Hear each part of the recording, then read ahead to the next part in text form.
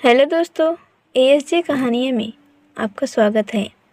कहानी पसंद आए तो प्लीज़ लाइक करिएगा। कजरी को गुमसुम चुपचाप काम करते देखकर मुझे बड़ा अजीब सा लगा। कजरी को मेरे यहाँ काम करते हुए 2 साल हो गए। जब भी काम करने आती सबसे पहले कहती बीबी जी नमस्ते, और उसके बाद पूरे शहर की झूठी सच्ची खबरें चटकारे ले लेकर सुनाया करती। अभ्यस्त हाथ काम करते रहते और कजरी की जुबान चलती रहती। बच्चे चिढ़ाने के लिए उसे अखबार कहा करते। जिस दिन कजरी काम पर न आती मुझे बड़ा खालीपन सा लगता। वैसे ऐसा बहुत ही कम और किसी खास वजह से ही होता था। कजरी की वाचालता शुरू में मुझे बड़ी अखरती थी। सिर में दर्द होने लगता था। वैसे भी मेरा अपना स्वभाव तटस्थ है। फालतू की बातें कहना और सुनना मुझे कतई पसंद न था। एक दिन मैंने कजरी को झिड़क दिया, क्या बेसिर पैर की ले बैठी, चुपचाप काम किया कर। ज़्यादा बातें सुनकर मेरा सिर दुखने लगता है। मेरी बातें सुनकर कजरी हतप्रभ रह गई, पर मुझे उसका उत्तर सुनकर ग्लानि होने लगी। नाहक कजरी को डांटा। कजरी ने कहा था, बीबी जी हम गरीबों का यही तो साधन है मन बहलाने का। सारा दिन खटते रहते हैं, हंसते बोलते थकान भी नहीं लगती। हमें क्या मालूम नहीं है कि हम जो कह रहे हैं वह कितना सच है। हमारे पास न टाइम है न पैसा कि सिनेमा या सर्कस देख सकें। मैंने सोचा कजरी ठीक कह रही है, मुझे नहीं टोकना चाहिए था। बेचारी अपने मन की कह लेती है, मेरा क्या जाता है। बस इसके बाद मैंने कभी कजरी को नहीं टोका। धीरे धीरे मुझे आदत पड़ गई। वह बोलती रहती और मैं सुनती रहती, मात्र कहानी की तरह हुंकारी भरकर। जब भी मैं उसे घर में दिखलाई न पड़ती, बच्चों से पूछ कर ही दम लेती कि बीबी जी कहाँ गई हैं। पर आज न उसने नमस्ते की और न कोई किस्सा सुनाया। मुझे भी देखकर अनदेखा कर दिया। क्या हुआ कजरी को? मैं अपनी उत्सुकता दबा न सकी। आखिर पूछ ही बैठी, क्या हुआ कजरी? आज तो इतनी बदल कैसे गई? कजरी ने मुंह ऊपर उठाकर मेरी तरफ देखा। उसकी आंखों से झरझर आंसू बह रहे थे। आंखें गुड़हल के फूल जैसी हो रही थी। मुंह पर खरोचों के निशान और सूनी कलाइयाँ, फटी धोती, उलझे बाल। यह तो अपनी कजरी की सूरत नहीं है। ये क्या हालत बना ली है? किसी से झगड़कर आ रही है क्या? कजरी के सब्र का बांध जैसे टूट गया। किससे लड़ेगी बीबी जी? है ही कौन? बस एक वही तो है जिसके लिए सारा दिन खटती हूँ। आप लोगों के यहाँ काम करने आती हूँ। ज़रा ठीक कपड़े पहनकर सलीके से आती हूँ। औरों की तरह मेरे कपड़ों और शरीर से बदबू नहीं आती। बस इसी बात पर उसने मुझे बहुत मारा, मुझ पर शक किया। कहता है इश्क लड़ाने जाती है। कजरी की बातों ने मुझे भावुक बना दिया। मैंने कजरी को उठाया, चुप कराया, चाय के साथ 2 रोटी खाने को दी। पर सांत्वना के नाम पर मेरे पास जैसे शब्द समाप्त होते जा रहे थे। कजरी की सूजी कलाइयों को देख मैंने कहा, कजरी खाली कलाइयाँ अच्छी नहीं लगती। मैं चूड़ी लाकर देती हूँ, पहन ले।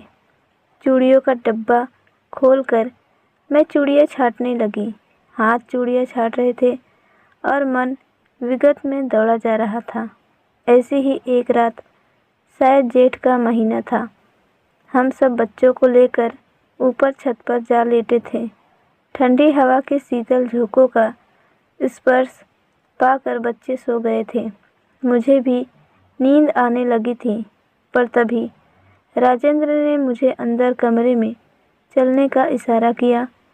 तुम पहुँचो, मैं अभी आई, मैंने कह तो दिया, पर ठंडी हवा के स्पर्श ने मुझे नींद के आगोश में सुला दिया। कब तक सोती रहती पता ही नहीं चला। आंखें खुली तो देखा आकाश गहरा पीला हो रहा है। हवा की साएं साएं बढ़ रही है, शायद आंधी आने वाली थी। पास की चारपाई पर देखा, खाली पड़ी थी। राजेंद्र वहाँ नहीं थे। कमरे की बत्ती जल रही थी। बच्चों को उठाकर अंदर ले चलने के लिए मैं कमरे में राजेंद्र को बुलाने जा पहुंची। राजेंद्र दीवार की तरफ मुंह किए लेटे थे। मैंने उन्हें झिंझोड़ते हुए कहा, देखो, बहुत तेज आंधी आने वाली है और तुम यहाँ आकर सो गए हो। प्रत्युत्तर में जो कुछ हुआ उसे सोचकर आज भी रोमांचित हो जाती हूँ। काश उस समय धरती फट जाती और मैं उसमें समा जाती, या फांसी का फंदा डालकर आत्महत्या कर लेती, पर कुछ भी न कर पाई। बस एक घाव दिल में लग गई। अब आई है हरामजादी, कहने के साथ ही एक भरपूर पैर का प्रहार मेरे जबड़े पर पड़ा। मेरी आंखों के आगे तारे नाच उठे। सिर घूम गया। खून का फव्वारा मुंह से बह निकला। राजेंद्र किसी वहशी की तरह मुझे घूरे जा रहे थे। क्षितिज पर छाई पीली आंधी जैसे मेरे भाग्य की आंधी बन गई। तूफान मेरे ऊपर आया था, जिसके पास मैं तूफान से बचने के लिए शरण लेने गई थी, वही मेरे लिए तूफान बन गया था। उस समय शायद मेरे अंदर की नारी मर गई थी। मैं न रोई थी न चिल्लाई थी, क्योंकि लाशें रोया नहीं करती, वे केवल लाशें होती हैं। मैं भी जिंदा लाश बन गई, दिल में एक नासूर बन गया। अगली सुबह सूजा हुआ मुंह और खून के धब्बे देखकर लोगों ने पूछा, सीढ़ियों से अंधेरे में फिसल गई। सुनकर सब चुप हो गए, पर मैं उजाले से फिसलकर अंधेरे में आ गई थी। यह मेरे जीवन का सच बन गया था। मुझे लगा था पत्नी पत्नी नहीं, बल्कि एक वेश्या है, शायद उससे भी गई गुजरी। वह एक रबर का बेजान खिलौना है, जैसे चाहो वैसे खेल लो। इनकार की अवस्था में शरीर का छत विछत होना अवश्यंभावी। पुरुष कितना हिंसक है, वह चाहे पढ़ा लिखा हो या गंवार, क्या फ़र्क पड़ता है। नारी कुचले और मसले जाने के लिए जन्मी है। पुरुष अपने पौरुष के सारे जौहर अपनी पत्नी पर ही दर्शाता है। मांग में सिंदूर, माथे पर बिंदी, हाथ में कंगना और पैरों में बिछुए का नाम ही पत्नी है। नारी इतनी असहाय क्यों है? इस हिंसा का बदला क्यों नहीं ले सकती? अपने ऊपर उठते हाथों को रोक क्यों नहीं सकती? वह कब तक सहेगी यह सब? आवेश के कारण जाने कब कैसे हाथ में पकड़ी चूड़ियों को मैंने मुट्ठी में भर भींच डाला। चूड़ियाँ हाथों में ही टूट गईं और हथेली लहूलुहान हो गई।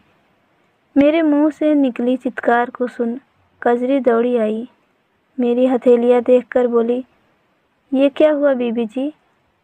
कजरी पानी लाकर मेरी हथेलियाँ साफ करने लगी। कुछ नहीं हुआ कजरी, बस मैं एक कटघरे में खड़ी हो गई थी। कजरी शायद नहीं समझ पाई। मैं आहिस्ते आहिस्ते चलती उसकी हथेलियों से अपनी हथेलियों का मिलान करने लगी। कोई फ़र्क नहीं, हर औरत की एक जैसी हथेली है, एक जैसे कटघरे हैं। मेरी तरह कजरी भी भूल जाएगी। पीड़ा के अतिरेक को अपने अंदर समेट लेने के लिए मैं अपने होठ तेजी से बंद कर लेती हूँ। दूसरे हाथ में कजरी की कलाई के लिए रंग बिरंगी चूड़ियाँ हैं। मैं हाथ बढ़ा देती हूँ, कजरी थाम लेती है। कजरी की कलाइयाँ फिर चमक उठती हैं। तो दोस्तों, आज की हमारी ये कहानी आपको कैसी लगी? आप अपनी राय कमेंट बॉक्स में ज़रूर बताएं। कहानी अच्छी लगी हो तो लाइक करें, शेयर करें और आपके अपने चैनल ASJ कहानियों को सब्सक्राइब करना ना भूलें। तो फिर मिलेंगे एक ऐसे ही इमोशनल कहानी के साथ। बने रहिए हमारे साथ। कहानी सुनने के लिए आपका धन्यवाद।